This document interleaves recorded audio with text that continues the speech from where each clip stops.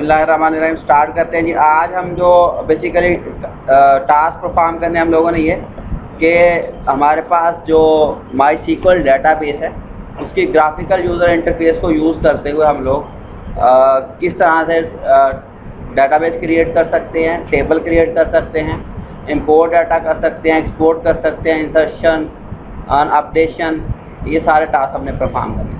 Web server को run कर लें। यहाँ पे जब आपका ग्रीन हो जाता है उसके बाद या तो ये सेकंड वाला ऑप्शन यहाँ से ऊपर से इसको क्लिक करेंगे तो डायरेक्ट PHP माई एडमिन ओपन हो जाएगी। या फिर अगर आप लोग लोकल होस्ट में जाते हैं जो इससे पहले वाला था आप लोगों ने देखा था, और टूल में जो सेकंड ऑप्शन है PHP माई एडमिन का, दोनों को क्लिक करेंगे। दोनों में से इसको कर लें या उसको डायरेक्ट कर लें, आपके पास ये वाला पेज ओपन होके आना चाहिए। अगर ये नहीं आ रहा तो कुछ लोगों के यहाँ पे आपको 127.0.0.1 लिखेंगे लोकल होस्ट की जगह पे आ जाएगा, वरना इसकी सेटिंग मैंने लास्ट पे आपको बताई थी। कहाँ क्या करना था आप लोगों ने, PHP माई एडमिन वाले फाइल में जाके आप लोगों ने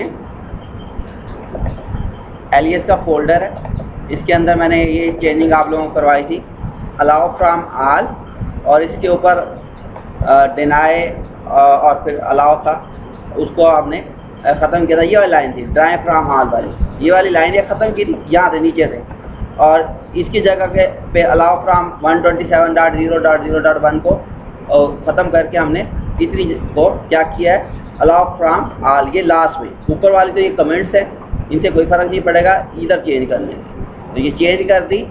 अगर पहले से चेंज है तो सही है, तो फिर आपका ये प्रॉब्लम नहीं आएगा, यानी ये एग्जैक्ट इस तरह से रन होके आ जाएगा। सबसे ऊपर आपको लोकल होस्ट लिखा हुआ नज़र आ रहा है, इसको क्लिक करेंगे तो आप बिल्कुल आप रूट पे पहुंच जाते हैं। इसमें आपके पास पहला ऑप्शन है डाटाबेसिस का, पहला जो टैब है या बटन है, इसको क्लिक करें डाटाबेसिस का। डाटाबेसिस में आपने डाटाबेस क्रिएट करना है। मैं कहता हूँ जी BSCS BSCS के नाम से मैं क्रिएट कर रहा हूँ। ये कोलेशन वगैरह इसी तरह से रहने देना, ये करेक्टर सेट है, इनको नहीं चेंज करना। आप जस्ट अपना यहाँ पे ये जो मैं क्रिएट कर रहा हूँ इसी से क्रिएट करेंगे। अगर आप क्रिएट करेंगे, मेरे पास ये काफ़ी सारे आ रहे हैं, आपके पास 3-4 पहले डिफ़ॉल्ट वाले होंगे और BSCS आपका यहाँ पे क्रिएट हो गया होगा। ठीक है, इस पर क्लिक करें तो ये डेटाबेस तो क्रिएट हो गया, इसके अंदर आप कोई टेबल नहीं है, और यहाँ पे ऑप्शन आपके पास आ रही है create table on database BSCS। मैं कहता हूँ टेबल मैंने क्रिएट करना है STUDENT स्टूडेंट। कोशिश करें कि अगर आपका टेबल मल्टी वर्ड है तो या तो आप अंडरस्कोर दरम्यान में यूज़ करें, स्पेस कोशिश करें ना यूज़ करें। और कन्वेंशन डिफ़ॉल्ट जो हमारी SQL की होती है कि आप स्टूडेंट का टेबल क्रिएट करने लगे हैं तो क्या कर लें, student_TBL, वरना अगर आप अकेला स्टूडेंट भी क्रिएट कर रहे हैं तो कोई प्रॉब्लम नहीं है। स्टूडेंट क्रिएट कर रहा हूँ और आगे मैं बताता हूँ नंबर ऑफ कॉलम्स इसमें कितने होंगे, 3 हो गए, 4 होंगे, चलो मैं 4 ही लेके चलता हूँ। ज़्यादा भी हो सकते हैं, बाद में भी ये चेंज हो सकता है, लेकिन अभी हम जो स्टार्ट कर रहे हैं, मेरे पास तो क्योंकि इसका व्यू थोड़ा सा छोटा है, 800 पिक्सल का है, मेरे पास कुछ इस तरह से आ रहा है। आप चेक कर लें कि आपके पास इसका व्यू किस तरह से आया है।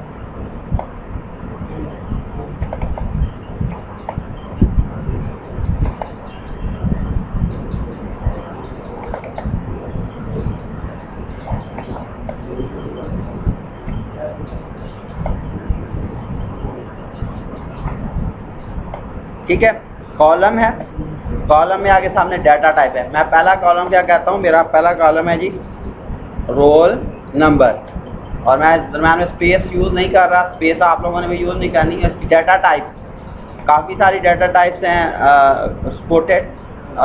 इसमें अभी हमने न्यूमेरिक ही होती है, रोल नंबर हमारे पास इंटीजर ही रहने देते हैं।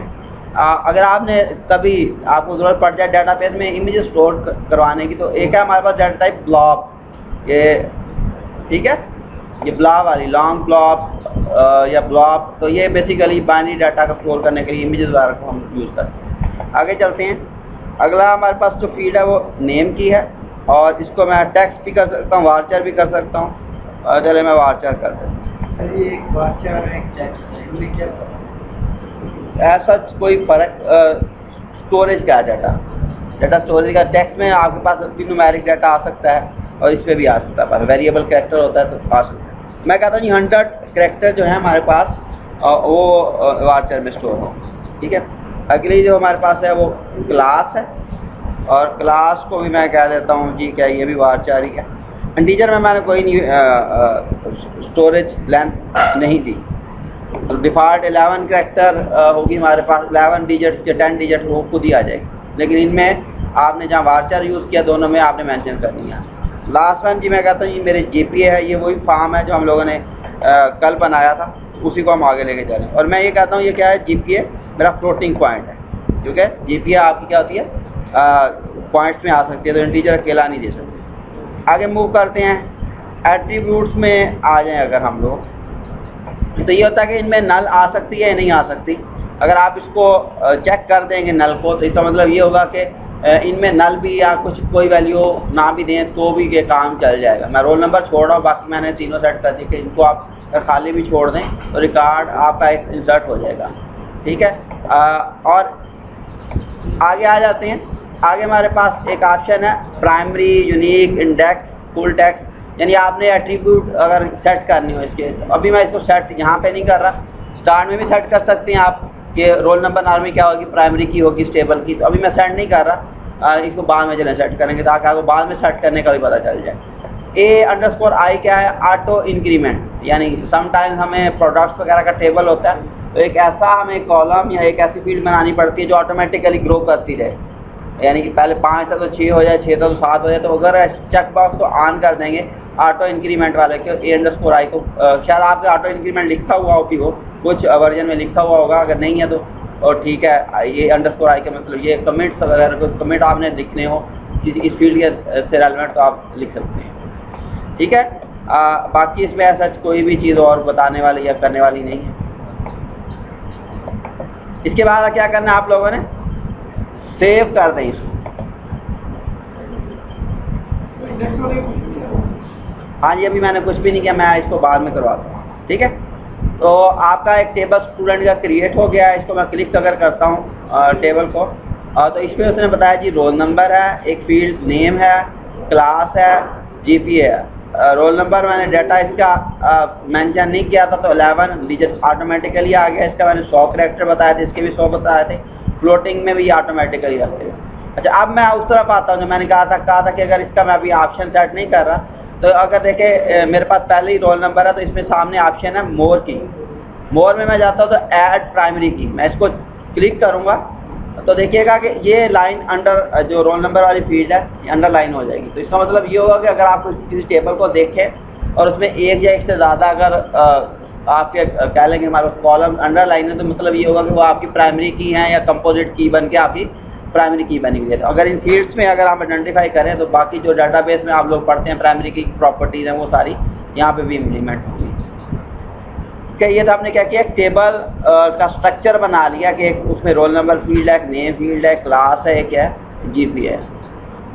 अब आते हैं हम लोग इंसर्ट की तरफ कि इस अगर टेबल में इसी डाटाबेस के अंदर बैठे बैठे वरना ये देखिए ये ऊपर अभी चेंज किया ना, तो ये क्यूरियाँ भी ऊपर चल रही हैं। अगर आप लोग देखिए alter table, student, add primary की, यानी जो बेसिक एसक्यूएल की क्यूरीज हैं वो सारी भी आप इस एसक्यूएल प्रॉम्प्ट में लिख के खुद से भी एग्जीक्यूट करा सकते हैं। लेकिन ये जो यूटिलिटी है, एक टूल है हमें जो कि एग्जैक्ट खुद भी PHP में लिखी हुई है। ये सारे का सारा जो ये प्रोग्राम है, टूल है, PHP में लिखा हुआ है आपको, यानी कि ईजीनेस प्रोवाइड करने के लिए कि आप इंस्टेड आप ये क्यूरीज खुद से लिखते रहें, ग्राफिकली आपको यूजर इंटरफेस दी कि आप सारा काम करते हैं। इंसर्ट का मेन्यू बटन में मैं क्लिक करता हूँ, नेक्स्ट पे आ रहे हैं हम लोग, और इस पर आपके पास वही roll number, name, class, GP आ रहा होगा और सामने होगा वैल्यूज़, यानी यहाँ आप वैल्यूज़ एंटर कर सकते हैं। एक आपके पास ये क्या लेंगे एंट्री होगी, उसके बाद डबल एंट्री नॉर्मली डिफ़ॉल्ट में डिस्प्ले में आती है, लेकिन दूसरी एंट्री से पहले एक चेक बॉक्स होगा इग्नोर का, यानी अगर आप इसमें वैल्यूज इंसर्ट करवा भी देंगे और वो पे क्लिक करेंगे लास्ट वाले पे भी, तो भी ये इग्नोर हो जाएंगी, यानी डिफ़ॉल्ट में एक ही इंसर्ट होगी। अगर आप इनको ज़्यादा या कम करना चाह रहे हैं, एक वक्त में ज़्यादा रिकॉर्ड या कम करना चाह रहे हैं, तो यहाँ से आप लोग 1 रिकॉर्ड, 2, 5, 10, 20, 30, 40 रिकॉर्ड तक इंसर्ट एक ही वक्त में करवा सकते हैं। लेकिन हम चलें एक सिंगल ही करवाते हैं। यहाँ पे मैं कहता हूँ जी रोल नंबर मेरे पास है 22, नेम है जी शाजिया और क्लास है जी BSCS और GPA है जी 3.3 और मैं गो पे क्लिक करता हूँ ऊपर, ये पहले वाले गो पे कर रहा हूँ। हाँ, तो एक रिकॉर्ड मेरे पास क्यूरी वही लगी, इंसर्ट इनटू टेबल नेम, ये डेटाबेस का नेम है, फिर dot table name, roll number, ये उसकी फील्ड्स आ गई और वैल्यू, और ये सारा जो डाटा था इंसर्ट मेरे पास हो गया। अगर आपने देखना होगा इंसर्ट हुआ या नहीं हुआ, तो सबसे पहले वाला जो टैब है इस पर क्लिक करें, ब्राउज पे, टेबल यानी ये सिलेक्टेड हो, इसमें देखिएगा कि ये रोल नंबर, नेम, क्लास और GPA यहाँ पे इंसर्ट ऑटोमेटिकली हो गई। तो अगर आपने इससे ज़्यादा यानी रिकॉर्ड इंसर्ट करने हो तो वही वाला तरीका, इंसर्ट में जाएं। मैं इंसर्ट करके आता हूँ और थोड़ी वैल्यू गलत इंसर्ट करूँगा और उसके बाद उसको मैं सही करूँगा। अली दफ़ा कर देते हैं, BSCS कर देते हैं, और GPA हमारी 4th सिस्टम होता है, मैं कहता हूँ जी 4.3, यानी गलत खुद ही इंटेंशनली गलत एंटर कर रहा हूँ। और अगर 2 रिकॉर्ड एक ही वक्त में करने हो तो मैं क्या करूँगा, इग्नोर को यहाँ से अनचेक करूँगा और एक और इंसर्ट कर देता हूँ, रोल नंबर 13, सही, क्लास BSCS और GPA 3.3। अब दोनों चूँकि आ गए हैं तो मैं आप जो इनका कम्युलेटिव वो है उस पर क्लिक करूँगा ताकि 2 रिकॉर्ड एक ही वक्त में इंसर्ट हो जाए। अब ये क्यूरी पूरी ये है, एक पहला रिकॉर्ड इंसर्ट हुआ, फिर दूसरा इंसर्ट हुआ। हम ब्राउज से जाके देखते हैं तो हमारे पास टोटल नंबर और रिकॉर्ड अब 3 हो गए हैं। अब ये मैंने कहा था GPA मैंने गलत एंटर की है, तो जिसको आपने चेंज करना हो अनचेक करते इग्नोर को और नीचे चले जाओ, और हाँ जी गो पे, जो कंप्लीट गो है उस पर क्लिक करें।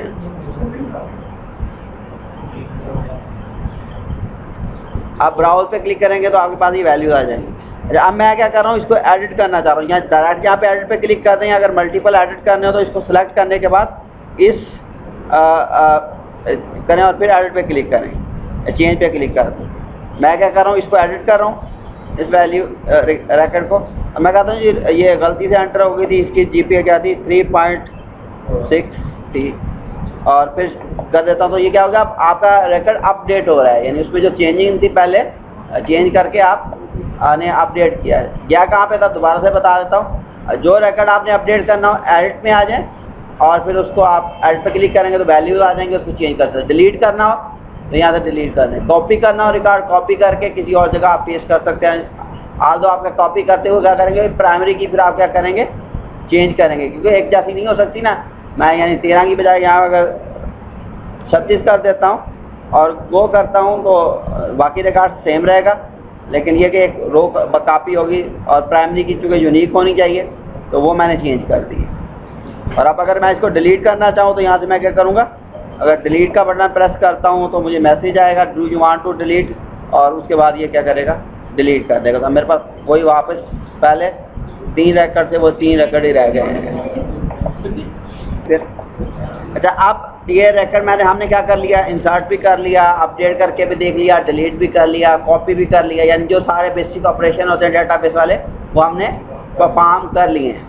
अच्छा, इसमें फर्दर नीचे ऑप्शन है, यानी अगर आपके पास हज़ारों एंट्रीज हों तो आप कितनी शो करवाना चाह रहे हैं, यानी जब आप सिलेक्ट करेंगे उसके बाद वो करेंगे तो उतनी आपको डिस्प्ले में आएंगी। बाय डिफ़ॉल्ट क्या होती हैं, 30 होती हैं, लेकिन अगर और आप कहाँ से स्टार्ट करना चाह रहे हैं वो भी बताते हैं। यानी ये बेसिकली यहाँ से सिलेक्शन करने का तरीका है।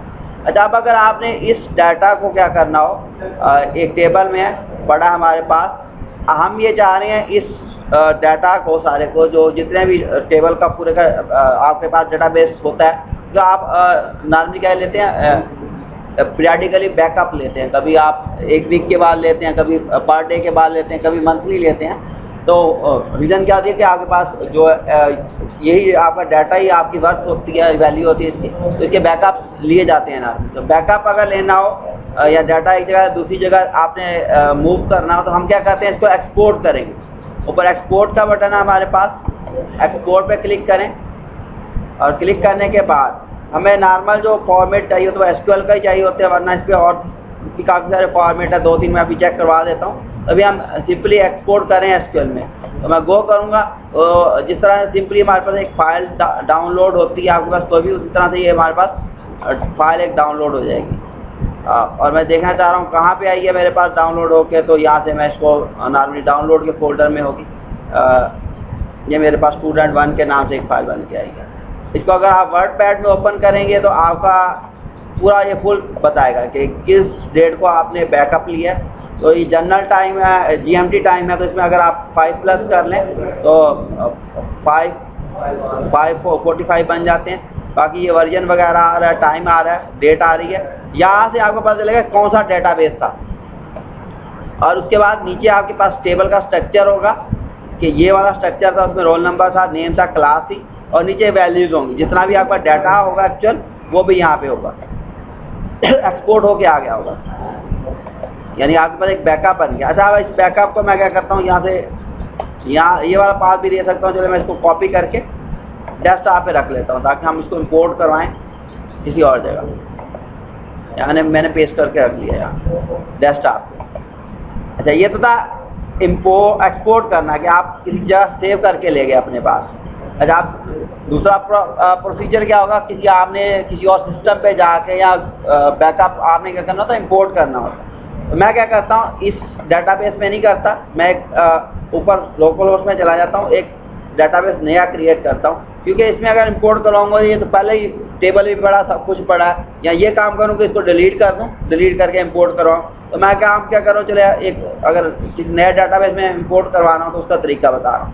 डाटाबेस आपको बनाना पड़ेगा, लेकिन उसके अंदर जो टेबल्स वगैरह जितने भी हैं वो सारे आपके पास क्या होते हैं, एक्सपोर्ट हुए होते हैं। मैं कह देता हूँ जी BSCS1 मेरा डाटाबेस है, इसको क्रिएट करवा लेते हैं।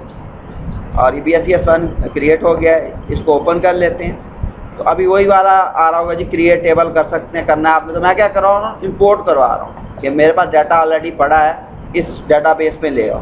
ब्राउज करके जैसे नॉर्मली आप फाइल कोई भी अटैच करते हैं अपनी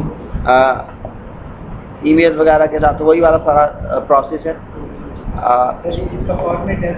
हाँ जी, इसका SQL फॉर्मेट लेना, बाकी भी मैं करवाता हूँ। स्टूडेंट मैं यहाँ से सिलेक्ट करता हूँ, ये वाली फाइल थी, और SQL ही फॉर्मेट है सारा, वही चेंज ही मैं कर रहा। वो पे क्लिक करता हूँ तो automatically import has been successfully finished, 11 queries run हुई हैं। और ये अगर मैं स्टूडेंट में आता हूँ, अब ये जो बेसिकली कहाँ पे क्रिएट हो रहा है हमारा सारा, BSCS1 में, तो सारी वही देख लें जो रिकॉर्ड हमने वहाँ पे बनाए थे वो सारे यहाँ पे भी आ गए। तो ये इंपोर्ट और एक्सपोर्ट भी आपकी पूरी होगी। अच्छा, ये ब्राउज का बटन बेटा सामने ही तो है। एक्सपोर्ट और किस फॉर्मेट में कर सकते हैं, एक आपको ज़रूरत पड़ेगी जब आप लोग प्रोजेक्ट बना रहे होंगे कि आपने माइक्रोसॉफ्ट वर्ड के लिए टेबल के स्ट्रक्चर सारे देने होते हैं, और उसका डाटा नहीं देना तो स्ट्रक्चर चाहिए होता है। तो मैं माइक्रोसॉफ्ट वर्ड में इसको एक्सपोर्ट कर रहा हूँ, और मैं फाइल भी नहीं सेव कर रहा, डायरेक्ट वर्ड में ही ओपन कर रहा हूँ। ऊपर वाला ऑप्शन यहाँ पे रख रहा हूँ ताकि डाउनलोड होने के बाद ये ओपन भी हो जाए। तो ये मेरे पास स्ट्रक्चर ओपन होके आ गया। अगर मैं इसका बॉर्डर वगैरह लगाना चाहूँ तो ये पूरा टेबल ही बना हुआ सिलेक्ट करूँ, और यहाँ से मैं सारे बॉर्डर दे देता हूँ, तो आपको प्रॉपर समझ आएगा कि फील्ड क्या थी, डाटा टाइप क्या थी, नल आ सकता था या नहीं आ सकता था, डिफ़ॉल्ट वैल्यू क्या थी, और वो सारी की सारी चीज़ें आएंगी। ये एक्चुअल नीचे डाटा भी आ रहा है, तो डाटा नॉर्मली नहीं चाहिए होता, ये स्ट्रक्चर चाहिए होता। तो स्ट्रक्चर आप अपने जब आप डाटाबेस फिजिकल डिज़ाइन या लॉजिकल डिज़ाइन बना रहे होते हैं तो आपने टेबल का स्ट्रक्चर और उनकी सारी डॉक्यूमेंटेशन में चीज़ें देनी होती हैं। तो ये इस तरह से आप लोग कर लेंगे।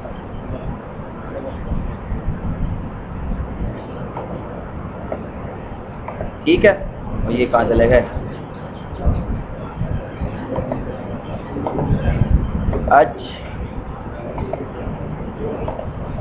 एक्सपोर्ट भी हो गया हमारे पास, इंपोर्ट और एक्सपोर्ट भी हो गया। अच्छा, और इसमें सच और कोई चीज़ ऑपरेशन रह गया। अच्छा, एक SQL का टैब रह गया, वो मैं करवा देता हूँ। वो समटाइम अगर आपने अपनी कोई क्यूरी लिखनी है, मतलब ये क्या क्यूरी लगी है, सिलेक्ट स्टैटिक फ्रॉम टेबल का नेम वेयर, मैं कह देता हूँ जी वेयर, क्लास चेंज कर रहा हूँ मैं वेयर, मैं कहता हूँ जी रोल नंबर इक्वल टू, खुद लिख रहा हूँ मैं 22 आई थिंक एक रोल नंबर हमने दिया था, और मैं गो पे क्लिक करता हूँ तो ये पूरे का पूरा वो जो 22 वाला रैकेट था वो सिलेक्ट होके आ गया। तो क्यूरीज भी आप खुद अपनी मर्जी से यहाँ पे लिख के उनको एग्जीक्यूट कर सकते हैं। अगर आपने मल्टीपल क्यूरीज को चेक करनी हो, पहले इधर चेक करें और फिर आप अपने PHP के पेज में उन क्यूरीज को राइट कर सकते हैं। तो बैक क्यूरीज यानी जो SQL वाली है सिंपल, जो आपके पास अगर ओरेकल वगैरह आप यूज़ करते हैं तो जैसे वहाँ कमांड प्रॉम्प्ट होता है और क्यूरीज लिखते हैं आप, तो यहाँ पे भी आप लिख के चेक कर सकते हैं। तो आज का